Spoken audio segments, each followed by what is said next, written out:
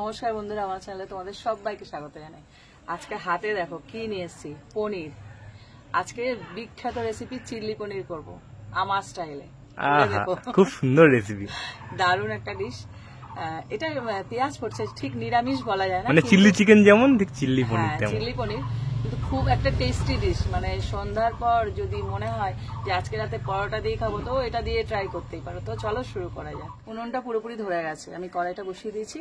দেখো পনিরটা নিয়ে নিয়েছি, এর মধ্যে আমি নিয়ে নিচ্ছি ময়দা। তোমরা কর্নফ্লাওয়ারও দিতে পারো, আমি ময়দা দিয়ে করছি। এখানে প্রথমে দিয়ে দিচ্ছি ময়দা, মানে ঠিক যতটা মানে কঠিন হবে আর কি, একটা কঠিন তৈরি করব। প্রথমে দিয়ে দিলাম ময়দা, তারপরে দিয়ে দিচ্ছি সামান্য নুন, আর দিয়ে দিচ্ছি গোলমরিচ, বেশ একটু ঝাল ঝাল হবে। এবার হালকা হাতে এটাকে মাখিয়ে নেব। দেখবে সঙ্গে সঙ্গে না এর গায়ে ভালো করে লেগে যাবে। পনির একটু ভেজা ভেজা মতো থাকে, হ্যাঁ দুধ জাতীয় জিনিস তো, হ্যাঁ অটোমেটিক এটার মধ্যে এই ময়দা বলো কর্নফ্লাওয়ার বলো, এটাকে বেশ একদম মাখো মাখো করে দেখো কি সুন্দরভাবে লেগে গেল। এবার আমি কড়াইটা গরম হয়ে গেছে তো সাদা তেল দিয়ে দিচ্ছি। এটা সাদা তেল দিয়ে করব। সর্ষের তেল দেওয়া যায় কিনা আমি জানি না, তবে সাদা তেল দিয়ে করলে ভালো লাগে দেখতে, খেতেও ভালো লাগে। পনিরও সাদা, তেলও সাদা, এই আর কি সব সাদা। হ্যাঁ, তেলটা দেখো পুরো গরম হয়ে গেছে। এবার আমি একটা একটা করে পনির এর মধ্যে দিয়ে দেবো। এটাকে পুরোপুরি ভেজে নিতে হবে। পনির রান্না না ভীষণ শর্ট পদ্ধতি, খেতে খুব সূক্ষ্ম রান্না। হ্যাঁ, একটু ভেবে চিন্তা করতে হয়, মানে একটুতেই হয়ে যায়।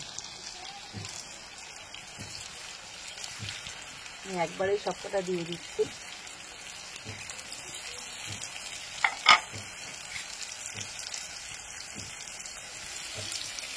হালকা হাতে এটা উল্টা পাল্টে দিতে হবে। দেখো সাথে সাথে লাল হয়ে যাচ্ছে। হ্যাঁ, একটু লালচে করেই ভেজে নিতে হবে। পনিরটা পুরোপুরি ভেজে নিয়েছি। এবার আমি পুরো তাপ হয়েছে তুলে নিচ্ছি। আর হাওয়া দিচ্ছে না, তাপটা না ঘুরছে এদিকে, হাওয়া ছাড়ছে। এরকম লাল করে ভেজে নেবে। আর গায়ে যেহেতু কোটিং দেওয়া না, খুব সুন্দর একদম দেখো আওয়াজ হচ্ছে, মর করে আওয়াজ হচ্ছে, ক্রিস্পি হয়ে যাবে, মুড়মুড়ে। এই তেলের মধ্যে আমি দিয়ে দিচ্ছি রসুন কুচি। রসুনগুলো না এরকম একদম ছোট্ট ছোট্ট করে কুচাতে হবে। তারপরে দিয়ে দিচ্ছি কাঁচা লঙ্কা কুচি। কাঁচা লঙ্কা দুটো দিয়েছি, যেহেতু এর মধ্যে ইয়ে পড়বে, গোলমরিচ গুঁড়ো পড়বে, তার জন্য।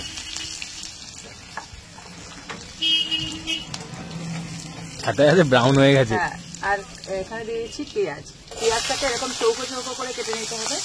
আর দিয়ে দিচ্ছি ক্যাপসিকাম। ক্যাপসিকাম আর পেঁয়াজটা পুরো চৌকো চৌকো যেভাবে চিলি চিকেনে কাটে ওরকম ভাবে কেটে নিচ্ছি।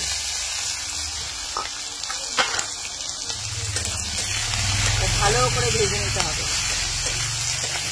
এর মধ্যেই দিয়ে দেবো সেম ভাবে কাটা টমেটো কুচি। টমেটোগুলো এরকম চৌকো চৌকো করে, সবটা দেখতে খুব সুন্দর লাগছে। হ্যাঁ, একদম ছোট্ট রান্না, শুধু জোগাড় করতেই যা, বসা আর নামা। দেখো ক্যাপসিকাম, পেঁয়াজ, টমেটো এগুলো অর্ধেক ভাজা ভাজা হয়ে এসছে, পুরো ভাজা হবে না। কালারফুল লাগছে, পুরো কালারফুল। এটা কালারফুল রেসিপি। এর মধ্যে দিয়ে দিচ্ছি লবণ। যেহেতু এর মধ্যে সয়া সস যাবে, লবণটা ভেবে চিন্তে দিতে হবে, খুব সামান্য। হ্যাঁ, ওটাও তো নুনটা আছে। হ্যাঁ, ভালো নুন থাকে। হ্যাঁ, আর দিয়ে দিচ্ছি খুব একদম এক চিমটে হলুদ, বেশি না, এই যে এইটুখানি হলুদ, বেশি হলুদ দেওয়ার দরকার নেই। ওটা কি মনে শান্ত না, ওইটুকুনি। আর দিয়ে দিচ্ছি গোলমরিচ গুঁড়ো বেশ কিছুটা, মানে মেন ঝালটা লঙ্কা ওই গোলমরিচ গুঁড়োতেই হবে। আর লঙ্কাও তাই হলুদের মতো নাম মাত্র একটুখানি। খুন্তির উপরে নিয়ে নিচ্ছে। হ্যাঁ, এবার একটুখানি নেড়ে চেড়ে দেখো কি খাই। এটাকে দেখো, আমি ছোট্ট রান্না হলে ফাঁকিবাজি রান্না বলি, এটা হলো ফাঁকিবাজি রান্না। মানে ইনস্ট্যান্ট হচ্ছে স্ন্যাক্স বানানোর জন্য। মানে 5 মিনিট হাতে নেবে, নিয়ে বলবে দাও তুমি বসো টেবিলে, আমি আসছি, হয়ে যাবে। হ্যাঁ, এবার এটা ভালো করে মিশিয়ে এবার দিয়ে দেবো টমেটো সস। টমেটো সসটা একটু বেশি যাবে। আর দিয়ে দিচ্ছি এইটা সয়া সস।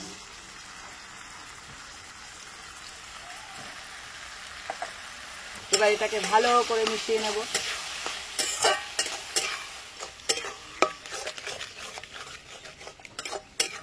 একটু কিছুক্ষণ নেড়ে নিতে হবে।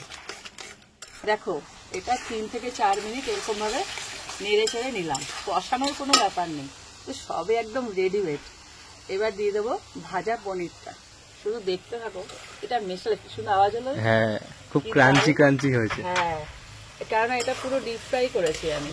আর এবার কোট করে নেওয়া মেশালাম। হয়েছে না? হ্যাঁ, এবার মেশালাম, কি বলতো রেডি হয়ে গেল। এবারে একটা জিনিস শুধু বাকি, এই দেখো এর সৌন্দর্য বাড়িয়ে দেবে। হ্যাঁ। দেখতে থাকো, একটুখানি ছড়িয়ে দিচ্ছি। আহা, কি সুন্দর দেখতে লাগছে। কাশ্মীরের বরফের মতো লাগবে না? হ্যাঁ, কি দারুণ হয়ে গেল, তৈরি হয়ে গেল আমার চিলি পনির। তোমরা বলো এটা খাসিবাজি রান্না কেন বলবো না, শুরু না হতেই শেষ।